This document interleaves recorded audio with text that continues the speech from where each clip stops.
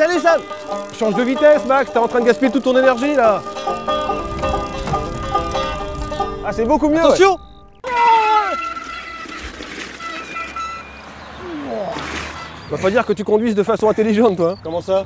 Bah t'as pas entendu parler de la conduite économique ou de la conduite rationnelle? Ah ça, mais c'est pour les véhicules à moteur, c'est une méthode pour réaliser des économies de carburant. Et de pneumatiques et de freins. Oui, tout à fait.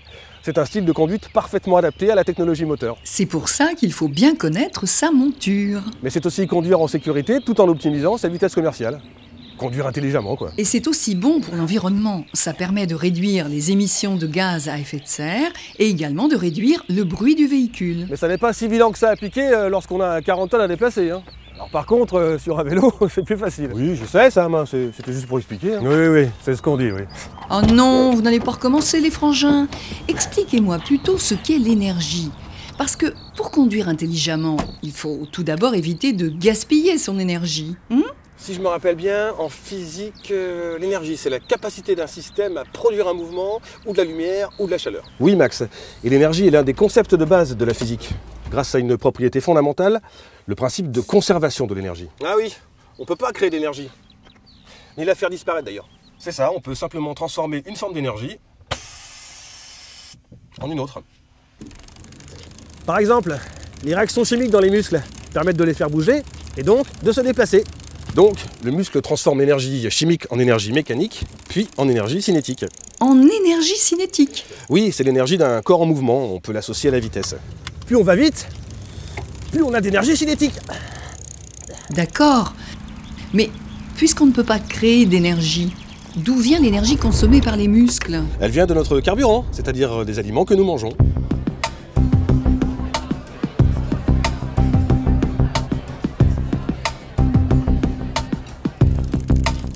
Et à chaque effort, on consomme l'énergie contenue dans notre organisme. Hein Sam? Oui Max, et c'est exactement ce qui se passe derrière la calandre de ce véhicule.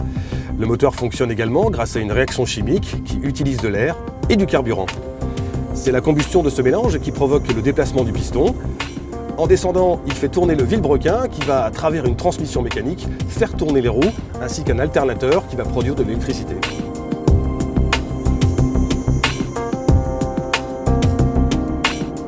Plus on appuie sur l'accélérateur, plus le gasoil arrive abondamment et donc on consomme davantage. Ouais, c'est vrai ça. Plus je pédale vite, et plus je me sens vidé.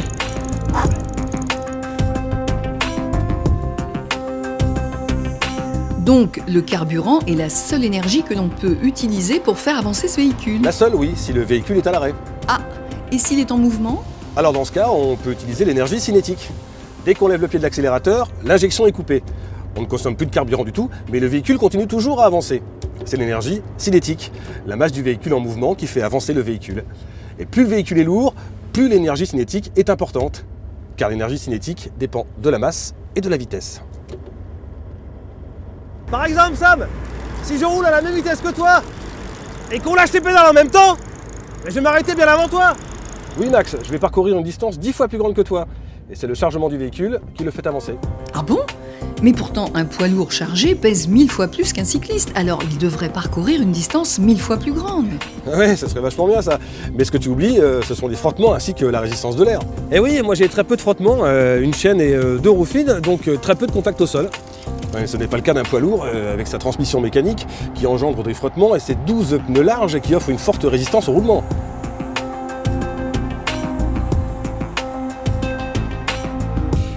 Ah, il est vrai qu'une bonne pression permet de supporter la charge. En effet, une pression adaptée à la charge limite les déformations du pneu qui génère alors moins de chaleur et donc moins d'énergie. Ainsi, avec la bonne pression, on optimise la consommation de carburant. Il faut donc très régulièrement veiller à ajuster la pression des pneus à la pression recommandée par le constructeur DAF, suivant bien sûr la charge transportée. Nos essais ont mis en évidence une perte annuelle de 900 € en carburant pour un bar de moins dans tous les pneus d'un ensemble routier de 40 tonnes. Un bar de moins représente à peu près 50 000 km en moins pour le pneu.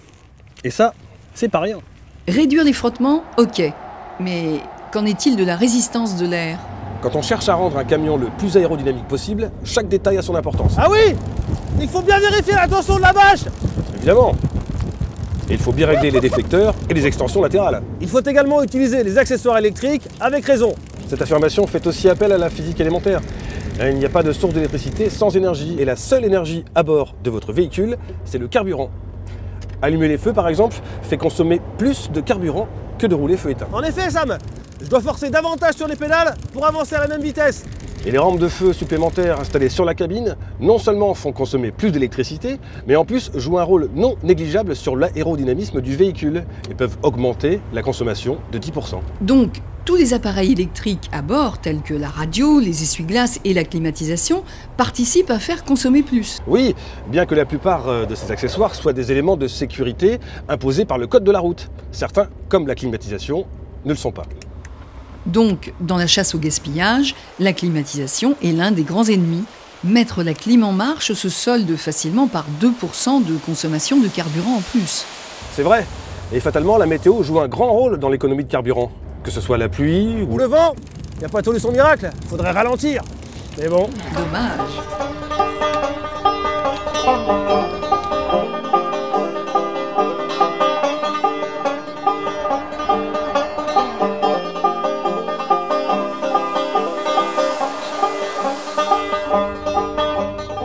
En tout cas, pour utiliser au mieux l'énergie cinétique de votre véhicule, la règle d'or, c'est de pédaler à fond.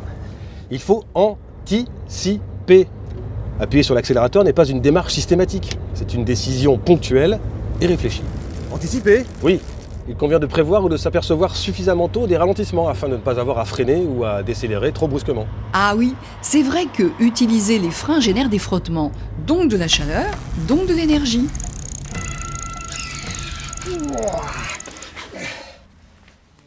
Waouh, c'est chaud.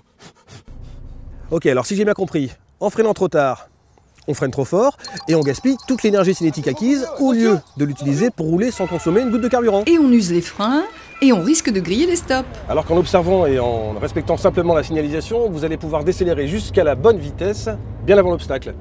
Il ne faut pas oublier que lever le pied de l'accélérateur coupe l'injection, donc consommation zéro. Et le véhicule continue à rouler avec une très faible perte de vitesse et sans perte de temps, malgré les apparences. Oui, et cela permet également de calculer dans quel ordre vont s'engager les autres véhicules sur le rond-point, et ainsi de pouvoir à son tour le contourner sans avoir besoin de s'arrêter. Et reprendre sa vitesse de croisière tout de suite après, avec un minimum d'incidence sur la consommation.